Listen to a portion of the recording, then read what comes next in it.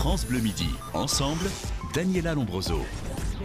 Osons, plaidoyer d'un homme libre, c'est le livre de Nicolas Hulot. Il est votre invité aujourd'hui. Alors vous faites des propositions concrètes, on le disait tout à l'heure, pour les hommes politiques. Et puis vous suggérez aussi 10 engagements individuels pour nous qui nous demandons toujours, est-ce que ça sert à quelque chose ce que je fais quand je trie mes déchets, etc. Alors dans cette liste de 10 engagements, il y a se déplacer à plusieurs ou sans moteur, réfléchir à 2 fois avant de prendre l'avion, manger moins de viande, mettre fin au gaspillage alimentaire, mettre son argent au vert, choisir une électricité 100% renouvelable, agir contre le gaspillage énergétique, agir pour la nature, partager, militer et s'impliquer pour le climat. Vous êtes prêts à ça, vous, Thierry? C'est vachement difficile. On aimerait bien, mais bon. Ce que je voudrais simplement dire, c'est que d'abord, c'est à la discrétion, c'est à la liberté, la disponibilité, la capacité. Ce sont des pistes. Moi, il y en a que je ne fais pas, ou pas bien. Quoi, par exemple? L'avion, malheureusement, j'en prends trop. Vous prenez beaucoup, ne serait-ce qu'à cause de ma mission, je le dis. Manger moins de viande, ça vous le faites? Oui, ça vraiment, je m'y suis mis. Je m'en suis pas passé totalement, mais j'en prends de proximité, de qualité, donc un peu plus cher. J'ai changé de fournisseur d'énergie. Voilà. Mettre son argent au vert, ça veut dire quoi? C'est simplement, on va regarder dans sa banque. Je ne l'ai pas encore fait, je n'ai pas eu le temps de voir où, pour ceux qui ont un peu d'épargne, où l'argent est placé. Bon, voilà. Et on évite les industries très polluantes. On évite les placements, les actifs carbone notamment, et qui vont dans effectivement les industries ou l'économie polluante. Je dirais simplement, c'est sortir un peu des comportements de consommation compulsifs ou impulsifs. C'est-à-dire souvent, on est un peu tous conditionnés.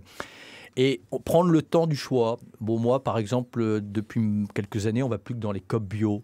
Bon, en fait, on trouve notre bonheur là. C'est très bien comme ça. Bon, si on va en grande surface, j'ai rien à dire. L'idée, c'est juste de rentrer dans une mécanique de progression, pas culpabiliser. Voilà. Et puis, essayer de passer des petits gestes à des gestes un peu plus importants. Et pourquoi est-ce qu'on... Mais ça peut sembler dérisoire par rapport aux propositions qu'on demande au chef d'État de mettre en œuvre. Ouais. Mais c'est juste pour passer toujours cette espèce de contrat avec les hommes politiques. Vous voyez, nous, on est prêts à aller plus loin. Mais donnez-nous plus de possibilités. Parce qu'aujourd'hui, quand quelqu'un veut acheter un produit bio ou une télévision qui consomme moins ou une bagnole électrique, c'est économiquement plus cher.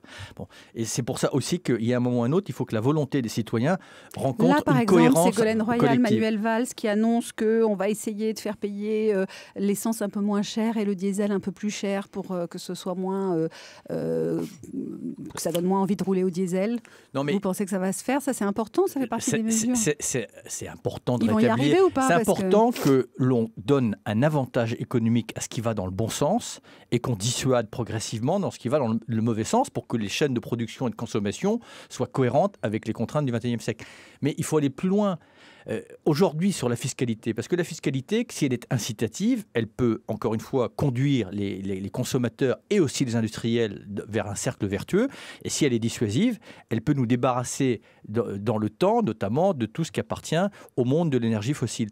Mais la fiscalité aujourd'hui, elle porte principalement sur le travail. Ça, c'est quand même, on en parle dans le bouquin, c'est quand même une aberration. Le travail, il faut le libérer. Donc plutôt que de pénaliser l'emploi, faisons basculer la fiscalité sur les impacts environnementaux, le prix du carbone notamment, la pollution, etc., les prélèvements des ressources naturelles et le prélèvement des ressources énergétiques. Donc quand on dit osons, c'est bien de taxer le diesel, de ceci, de cela, mais il faut voir les choses en beaucoup plus grand. Voilà. Ça, on aime en tout cas, reporter la fiscalité, l'enlever du travail et la reporter mais ça paraîtrait honnêtement empreint de bon sens. C'est une belle évolution de société qui serait logique avec ce qui se passe dans nos vies. Nicolas Hulot, vous restez avec nous. Plaidoyer d'un homme libre, osons, c'est le titre de votre livre.